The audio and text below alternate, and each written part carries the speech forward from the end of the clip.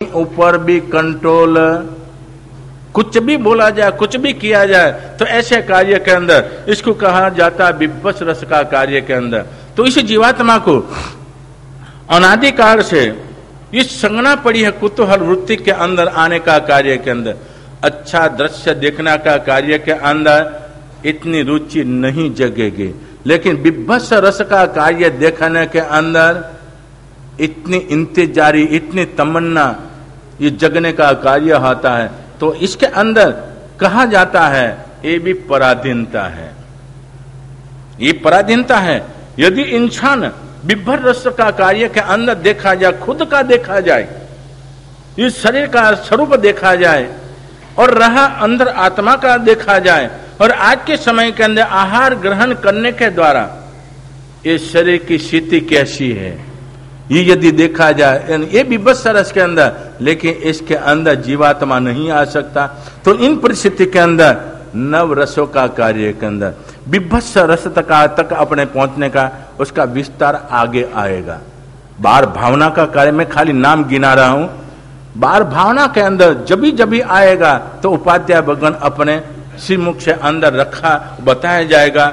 और बार भावना के अंदर अनित्य असरण भावना आदि, तो उसके अंदर कैसी भावना, तो इस रूप में शांत सुधारस का कार्य के अंदर, कल तो अपने परमात्मा से प्रार्थना का कार्य, आज के दिन के अंदर उपाध्याय महाराज शांत रस का स्वरूप, शांत स्वरूप रस का स्वरूप बताते हुए, और इसके अंदर जो खुद बनाने जा रहे हैं, बताने जा रहे हैं, उसको रसादि राज की उपाधि दी है। तो दूसरे रसों का कार्य के अंदर कैसे है ये हम देखते हुए अब आगे बढ़ते हुए कैसे बताते, अब अपने भावना अधिकार कथानक योग के अंदर भी देखते धन्य कुमार चरित्र का कार्य के अंदर अपना विषय जो चल रहा है, ये भी मंगलाचरण का कार्य है। मंगलाचरण का कार्य के अंदर आदिनाथ परमात्मा से लेकर 24 तीर्थंकर परमात्मा की स्तुति करते हुए हमारे लिए परमात्मा कैसे है, तो परमात्मा ने क्या बताया, धर्म मार्ग बताया। तो चरित्रकार ने इधर दान, शील, तप और भावना का कार्य बताया। इसके अंदर क्या हर एक का माध्यम होता है, हर एक का अमुकत लक्ष्य होता है, मुझे कहां जाना है। तो ये लक्ष्य लेकर शुभशील गणी महाराजा अपने जीवन के अंदर सोचा है कि धन्य कुमार का जीवन कैसा है, दन्ना और शालीभद्र वही कार्य है। तो दन्ना और शालीभद्र का कार्य के अंदर इसके अंदर दान का प्रभाव है। पिछले जन्मों के अंदर ये दोनों जीवात्मा ने दान कैसा, कैसी स्थिति के अंदर दिया, जब भी दान का प्रभाव उदय में आया तो कैसे कार्य किया, क्या हुआ, ये सारा का सारा जिसके अंदर विधान आने का, तो दान का प्रभाव का कार्य के अंदर, तो इधर बता दान, शील, तप और भाव। तो दान का कार्य के अंदर बताया जाता है सुपात्र दान। हाँ, कितने प्रकार के दान, 5 प्रकार के दान, सुपात्र दान, फिर अभय दान, उचित दान, कीर्ति दान, फिर अनुकंपा दान, ये 5 दान है। तो सुपात्र दान और अभय दान जीवात्मा को मोक्ष तक पहुंचाने की ताकत। कल अपने देखा अरिहंत परमात्मा स्वयं मोक्षगामी जीवात्मा तीर्थंकर गोत्र बांधकर और माता की कुक्ष के अंदर प्राणात देवलोक से परमात्मा ज्ञान लेके आते, ये ज्ञान सहित अवश्य मोक्ष के अंदर जाने का कार्य, लेकिन गृहस्थ मर्यादा का कार्य करते हुए आखिरी के समय के अंदर जो लक्ष्मी है उसको कहा जाता दौलत।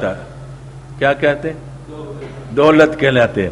आवे तभी लात मारे और जावे तभी लात मारे, और आवे तभी अमुकते मारे तो क्या दशा होती है, ऊंचे देखे, जावे तभी मारे तो परमात्मा ने देखा कि दौलत का कार्य क्या होता है, उपभोग करो को तो नाश, उसका जो उपभोग करो आपके पुण्य के उदय के अंदर होवे, इतना आप उपभोग कर सकते हो लेकिन आपका पुण्य न होवे, मम्मन शक्ति तरह लक्ष्मी बहुत मिली लेकिन उपभोग नहीं कर पाते, तुच्छ धान्य के द्वारा अपना जीवन चल रहा है। आपका पुण्य का उदय है और पुण्य के योग से आपका शरीर सुदृढ़ मिला है। बाहुबली जैसा तो नहीं कह सकते। ये दुष्म काल के अंदर भी, लास्ट संगठन का कार्य के अंदर भी, जहां तक जवानी यानी 51 आवे वहां तक शरीर अमुकते अपना कार्य के लिए सहाय देवे, कार्य का कार्य में धर्म कार्य के अंदर भी सहाय देवे और अर्थ कार्य के रूप में भी सहाय देवे।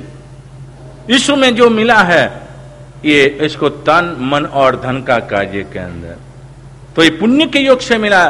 भवंतर के अंदर जीवात्मा पुण्यानुबंधी पुण्य उपार्जन किया होगा। पुण्य तो है, पुण्य के योग से शरीर अच्छा मिला, निरोगी मिला, परमात्मा का शासन मिला, 5 इंद्रियों की पटुता का कार्य में सब मिलने का कार्य पुण्य। लेकिन पुण्यानुबंधी पुण्य का कार्य के अंदर शरीर के द्वारा जिन आज्ञा का पालन, शरीर के द्वारा सेवा शुश्रूषा आदि का कार्य, शरीर के द्वारा 5 इंद्रियों का श्रवण का कार्य, निरीक्षण का कार्य, सारा का सारा आत्म कल्याण के मार्ग ले जावे और इसी तरह से नया पुण्य उपार्जन करे तो पुण्य कहते। तो पुण्य दान के द्वारा, सुपात्र दान के द्वारा पुण्यानुबंधी पुण्य उपार्जन करने का कार्य होता है। और अभयदान के द्वारा वो भी कार्य, अभयदान का यही कार्य होता है। अपने देखते हैं शांतिनाथ परमात्मा का जीवात्मा मेघरथ के भव के अंदर एक पारव को बचाने का कार्य के अंदर, लेकिन पारव का बचाने का कार्य के अंदर अपने भी करते हैं, लेकिन अपने जीव ऊपर जो आ जाए तो कहते मानव हो के प्राणी पशु हो, कोई भी होवे अपने संतान को बचाने के लिए मरण प्रयास करते हैं, लेकिन जो अपना स्थिति जो आ जाती उसी समय के अंदर फिर वो नट जाते हैं। एक प्रसंग आता है, किसी व्यक्ति को कुतूहल जगा और कुतूहल जगने का कार्य के अंदर एक कार्य होता है, बंदर बंदरी और बच्चा को एक स्थान के अंदर रखने का कार्य होता है, पानी छोड़ने का कार्य होता है। बंदरी अपने बच्चे को उठाया है, जितना हो सके इतना ऊंचे उठ रही है, लेकिन अब उठने का कार्य नहीं है, अपनी नासिका तक पानी आने का कार्य होता है। वहां तक उसने अपना और बच्चे का बचाव करने का कार्य होता है। बाद के अंदर पानी बढ़ रहा है, उसी समय के अंदर क्या किया, बच्चे को नीचे रख दिया और खुद ऊपर खड़ी हो गई। तो अभयदान की बात है। तो अभयदान का कार्य के अंदर, लेकिन इंसान मानव परमात्मा का शासन पाया जीवात्मा और जीवन के अंदर आराधना साधना का मार्ग के अंदर चलने वाला जीवात्मा, सभी जीव करु शासन रची, इस भावना के अंदर आने वाला जीवात्मा और जितना हो सके इतना प्राणी मात्र को बचाने का प्रयास करे, लेकिन विशेषतया अपने आत्मा को बचाने का प्रयास करे। कभी कभी जीव दया का कार्य होता है, आपकी जेब के अंदर जितना होवे जीव दया का कार्य के अंदर झोली घुमावे डाल देने का कार्य होता है। ये नहीं सोचते कि घर जाके क्या करेंगे। घर से तो कहा था कि व्याख्यान सुनने के बाद में सब्जी लेके आ जाने का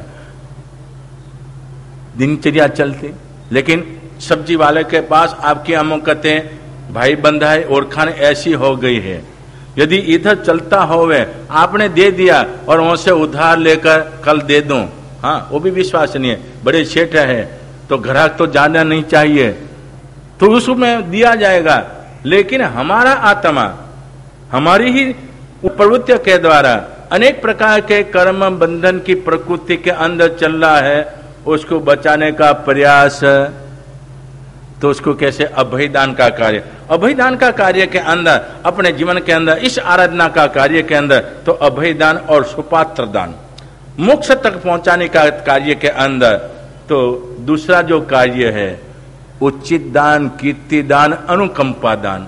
उचित दान का कार्य के अंदर आप समझो कि संसार के अंदर बैठे हो, चातुर्मास दरमियान का समय है और साधु संतों को लाने का कार्य के अंदर ट्रस्ट मंडल लाते, लेकिन कार्यवाही चलानी है, व्यवहार चलाना है, तो एक व्यक्ति से नहीं चल सकता।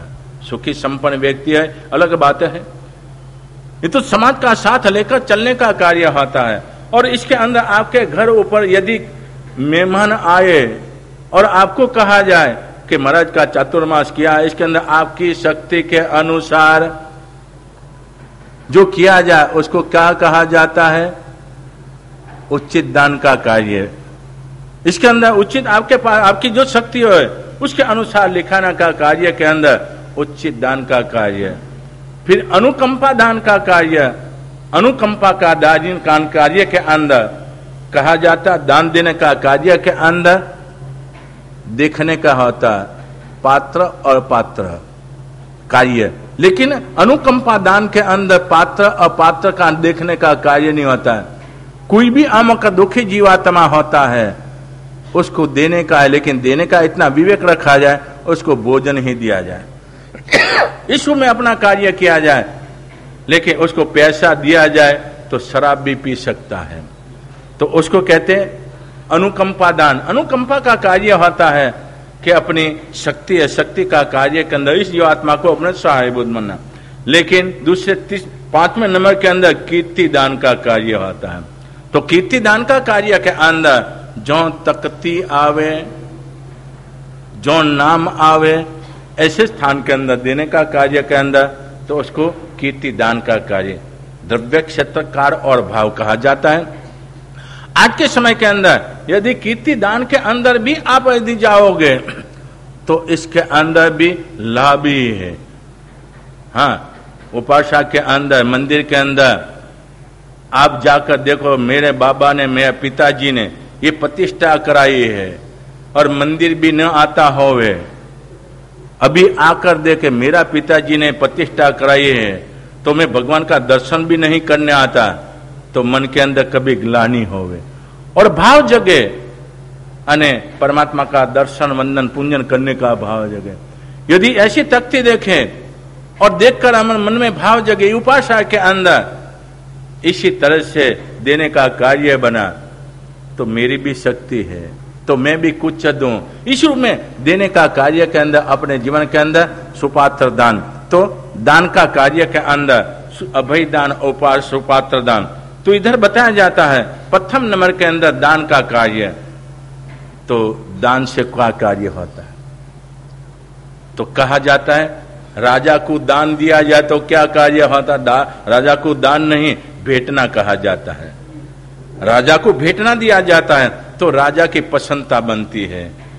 तो राजा की प्रसन्नता बने उसी समय के अंदर राजा अपने ऊपर मेहरबानी कर कर का कार्य करता है। तो इसी तरह से दान का कार्य के अंदर, और कैसे कैसे दान का कार्य अपने प्रसंग के देखेंगे। अपनी हमारा टाइम पूरा हो गया।